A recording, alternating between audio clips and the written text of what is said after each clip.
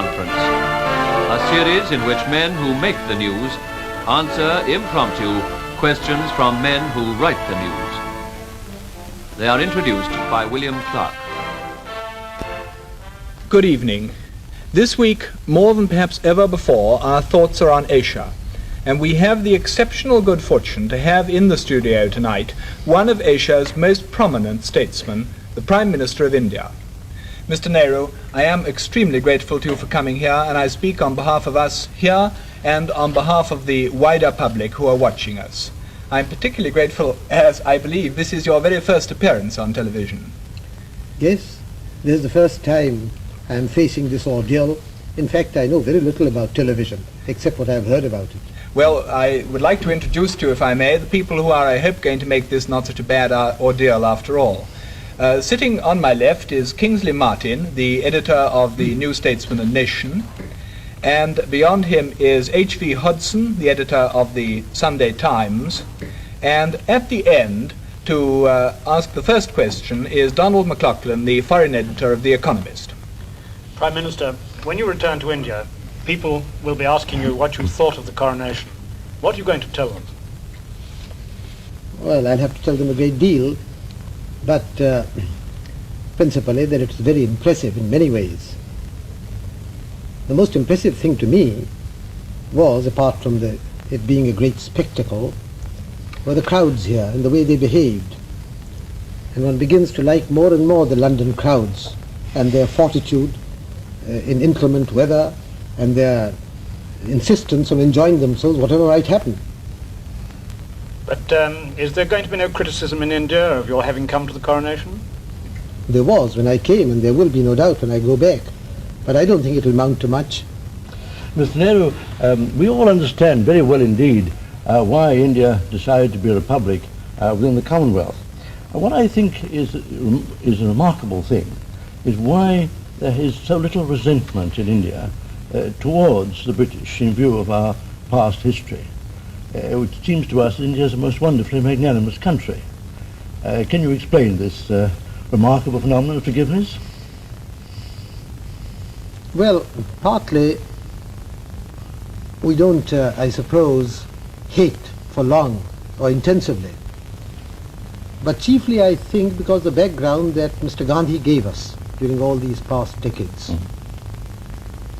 After all, you were in prison yourself 16 years, and you don't seem to have any resentment about it at all. We might almost be popular people in India. Astonishing thing, really. I think it's a good thing for a person to go to prison for a short while.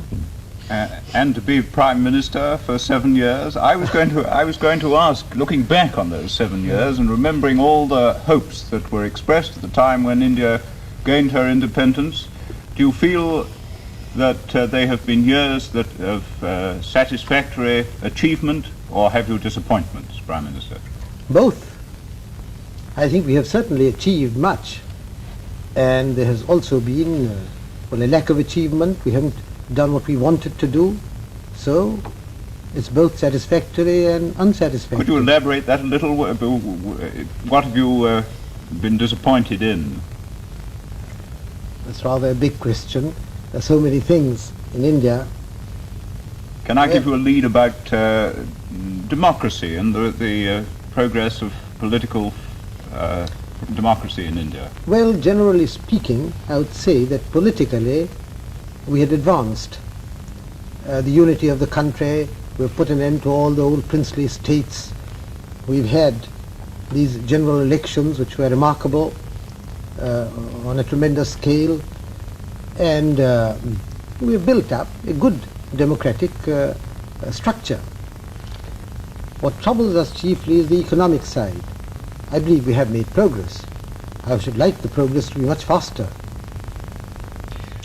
Would you agree, Prime Minister, that Anglo-American, British Commonwealth American, if you like, agreement and concord have a very special value for the defense of our common ideals of democracy?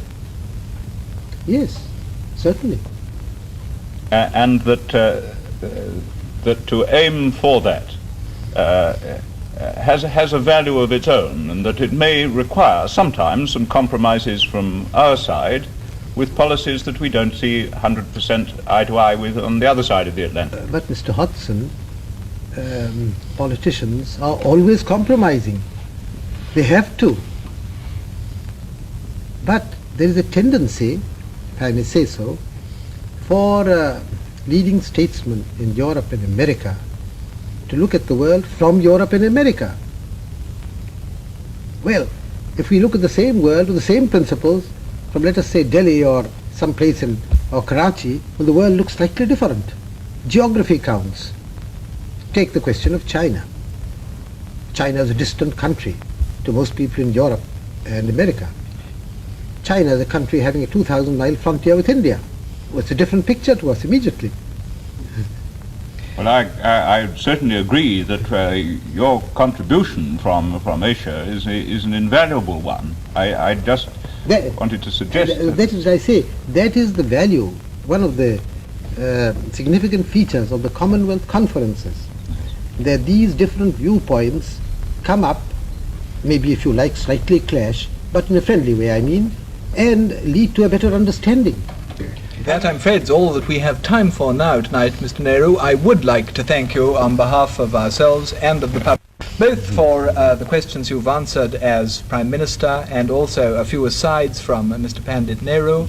And I would like to thank you very much indeed and to welcome you to England at any time you come and any time you wish to address us again on television. Thank you. Thank you. I haven't found this last half hour quite so bad as I expected it to be. In fact, it has passed rather rapidly. I was surprised that it was over. Perhaps because your questions were interesting and I got involved in them. Anyhow, it has been a pleasant time and I thank you for it. And I wish those who may listen to this later on good night.